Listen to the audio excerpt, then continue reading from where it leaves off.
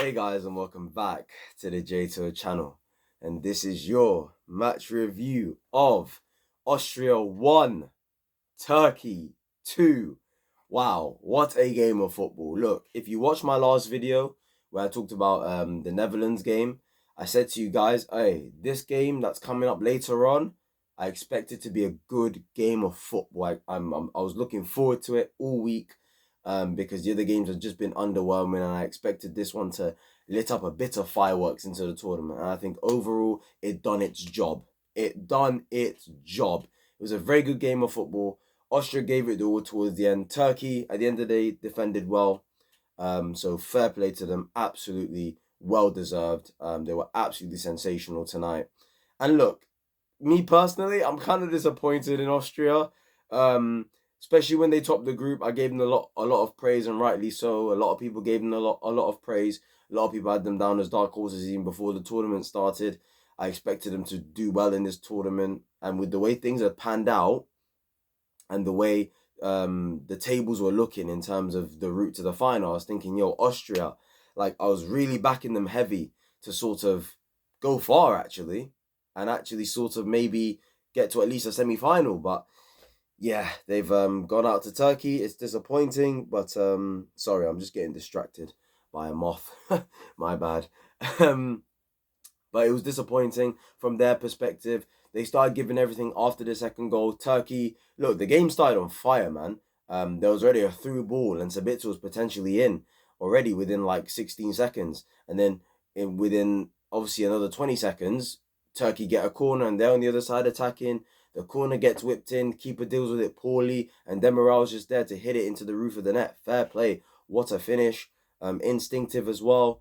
And yeah, Turkey just went along the ride. They continued playing well. Austria, they really tried for like the first 5-10 minutes after they conceded. They really tried to put Turkey to work. Couple chances, they were moving the ball quickly, but it just wasn't happening for them. Do you know what I mean? So look, at the end of the day, the first half sort of dries out just a little bit. Probably as expected in terms of the way the game started. It started on fire, a lot of intensity, a lot of passion, a lot of running from both teams, working hard. You get what I'm saying? So of course, the first half was always going to dry out a little bit, but Turkey would have been happy going into the first half 1-0 up, 100%. And fair play to them, like I said. It was a surprise, it was a shock, who knows? Maybe the game completely changes if that goal doesn't happen. Because for me, the reason why Turkey won this game was that first goal.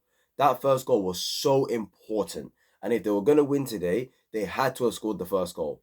I know that sounds basic, I know that sounds really simple, but what I'm trying to say is, if Austria had scored first, yeah, then I just don't think Turkey have the quality to come back into the game. But at least when they scored in the first minute of the game, they had a purpose. They had something to defend with for the rest of the game. And they got the second goal eventually in the second half, man. You know, the second half was a bit more of the same. Austria dominating the ball, Turkey trying to go on a few counter-attacks. But eventually, Arda Güler, who was decent today, puts in a nice ball, obviously from a corner. And Demiral again, the centre-back. I'm pretty sure he plays for Juventus currently. I'm not quite sure though. Maybe he doesn't play for Juventus. But I know he definitely used to play for Juventus. But yeah, Demiral gets the header. It was a really, really good header, man. What a header. Top header. Puts into the back of the net and you're thinking, wow. Wow. You're thinking, geez, like they're 2-0 up. Damn, they're in the driving seat now. You know? They're foot into the quarterfinal. And then obviously I think it was about 7 minutes later. Austria score, nice corner.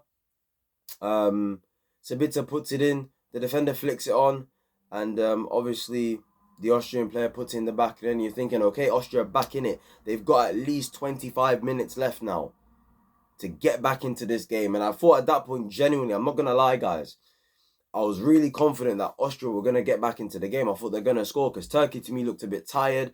Manager made a couple questionable decisions. I thought they started sitting back far too early, in my opinion. I thought, yo, that pressure that Austria just put them on, surely, they're going to score. They didn't. They didn't really create anything up until the end when Zapata put the cross in. And the keeper, what a save, bruv. Honestly, what a save. That is the save of the tournament, because I thought that was in. I can't lie, I thought it was in. You know, I'd kind of given up at Austria at that point, thinking they've not really gotten through here. Arnautovic is missing chance after chance. I mean, Arnautovic, man, in front of goal, awful today. Awful, not good enough. You're the captain, and that's what you're doing out on the pitch. Come on, it's not good enough. But yeah, they had the chance with the Austrian player and the keeper. The Turkish keeper makes a brilliant save. What a save! I've seen a replay of it on social media. What a save! That is definitely saving the tournament, 1000%. And Turkey go through. Austria, look, they'll have themselves to blame. After topping the group and impressing everyone, you know, everyone would have liked to have thought at the time, okay, they've got Turkey next. You'd like to think they will beat Turkey. It won't be easy. And maybe it won't be a big surprise if Turkey win, but it'd be a little bit of a surprise. But it wouldn't be something like, oh my God, Turkey beat Austria. What? It's not like Austria have world-class players. It's not like the same magnitude as Slovenia yesterday potentially beating Portugal, if you know what I mean. But people would have been surprised if Turkey would have won today. But at the same time, maybe not surprised, because as much as Austria have been good, it's not like quality-wise there's a big difference between the two sides, if you know what I mean. At least on paper anyway, as Turkey do have some good players. They have some talented players. Austria have some decent players, but I think the main difference was the style of play, the aggressive approach, Ralf Rangnick as well, and just the way they oppose themselves on the football pitch. And you saw the way they played in the other games, whilst Turkey, you saw Turkey as for as good as they were, you saw the struggles against Czech Republic, you saw the Portugal game, you saw the struggles against Georgia, really good game that was, but you saw the struggles, you did. Do you get what I'm saying? So, yeah, congratulations to the Turks, and they will go on to face the Netherlands, and that is the last game of the round of 16. We now have the quarterfinal stage set. We have Spain versus Germany. We have the Netherlands coming up against Turkey. We've got England against Switzerland, and the last one, we've got France versus Portugal. Now, let's just make quick predictions on all these games. I mean, I can't lie. They're all very difficult games to predict, because just as certain teams have shown you, if you don't turn up on the day, like Austria didn't today, you can get caught out. And I'm thinking for a team like Netherlands, got to be on it if you want to beat Turkey, because Turkey are going to be on it. Their fans are bringing the fireworks, and their players are on smoke. So Netherlands, they must be focused. You look at the France-Portugal game, I'm genuinely thinking to myself, that's the sort of game that's going to end 1-0 in my opinion. I just don't know who to. At the moment, I'm probably going to lean towards France as a 1-0 game. It's going to be a close game, but not a good game most likely, which is unfortunate, because on paper, these are two really good teams. But unfortunately, they've just not performed to the levels. And who knows, maybe they've both been so bad that maybe it might end up being a 3-3. You never know. But it just feels like this is the time now. This is the part of the tournament where we want fireworks now. We want real entertainment, because the round of 16 provided some good games, but it provided some really dry, boring, awful games. Spain-Georgia was a good game. Do you get what I'm saying? Today's game, Austria-Turkey, was a good game. Romania-Netherlands was a good game. But you saw Portugal-Slovenia. You saw France against Belgium. You saw England against Slovakia. Dead. Hopefully in these games we get 4 good games. And you know what? I expect Spain-Germany to be fireworks, blockbuster. That game at the moment, I think I'm going to have Spain. Just because I think on the counter-attack, I think they're more likely to punish Germany than Germany are to Spain. Of course, they're going to dominate the ball, but both teams on transition is what I'm talking about. I think there's going to be times where Germany have counterattacks against Spain, and I think there's going to be times where Spain have their counterattacks against Germany, simply because both teams are going to want to control the game, and both teams are definitely going to have spells where they have majority of possession for like a good 20 minutes of the game. And that's when maybe counterattacks come in. And when it comes to counterattacks, I just trust Yamal and Nico Williams more than I do with the likes of Havertz and Wirtz. I'm not going to lie. You get me? So that's something to look out for. I'm not going to lie in that game. I think Spain might just edge it. I think they'll edge it. It'll be a good game, and I think they'll edge it against Germany. Now, you've got France-Portugal. I've already explained it. I think it's going to be a 1-0 tight game. Both teams have been underwhelming. It's about this game. It's about which big player has that moment for me.